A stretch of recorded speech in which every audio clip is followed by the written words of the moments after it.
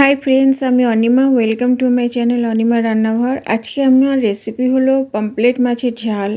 তো চলুন আপনাদের সাথে শেয়ার করব আমি পামপ্লেট মাছের ঝালের রেসিপি। তো এদিকে আমি কড়াই বসিয়ে দিয়েছি। কড়াই আমার গরম হয়ে গেছে। কড়াইতে আমি তেল দিয়ে দিয়েছি। এটা পুরো আমি সর্ষের তেল দিয়েই বানাবো। আমি পামপ্লেট মাছগুলো কেটে ধুয়ে নুন হলুদ মাখিয়ে রেখে দিয়েছি। তেল আমার গরম হয়ে গেছে। এবার মাছগুলো আমি এক এক করে দিয়ে দিলাম। এটা হলো সর্ষে পোস্ত দিয়ে ঝাল হবে। দেখুন এক সাইড ভাজা হয়ে গেছে, এবার আমি পাল্টি করে দিলাম। তো আমার মাছগুলো ভাজা হয়ে গেছে। এমনি করে আমি সব মাছগুলো ভেজে নেব। এবার আমি ওই তেলে ফোড়নে দিলাম কালো জিরে, আর আমি একটা ছোট পেঁয়াজ কেটে রেখে দিয়েছি, তো পেঁয়াজটা দিয়ে দিলাম। তো পেঁয়াজটা প্রথমে আমি লাল লাল করে ফ্রাই করে নেব। ছোট সাইজে আমি একটা টমেটো কেটে রেখে দিয়েছি। তো এবার আমি টমেটোটা দিয়ে দিলাম।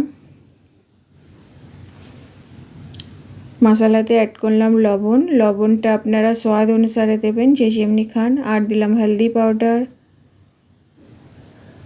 আর দিলাম হাফ চামচ ধনে গুঁড়ো, হাফ চামচ জিরে গুঁড়ো, হাফ চামচ শুকনো লঙ্কা গুঁড়ো, অল্প একটু কাশ্মীরি লঙ্কা।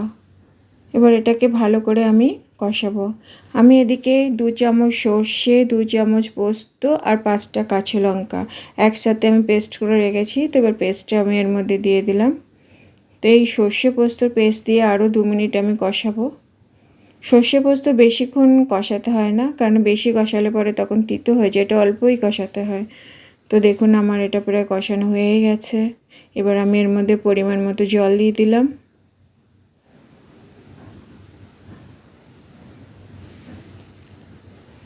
ঝোলটা আমার ফুটে গেছে। এবার এর মধ্যে আমি মাছগুলো সব এক এক করে অ্যাড করলাম।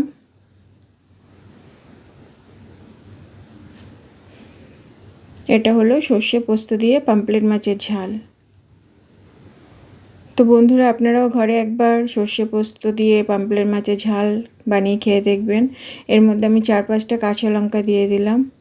তো আমার এই রেসিপিটা পুরো রেডি। উপর থেকে আমি হাফ চামচ কাঁচা সর্ষের তেল দিয়ে দিলাম, আর দিলাম ধনেপাতা।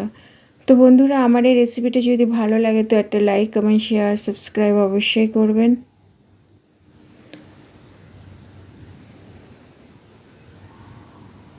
তো চলো tata, bye bye, have a nice day.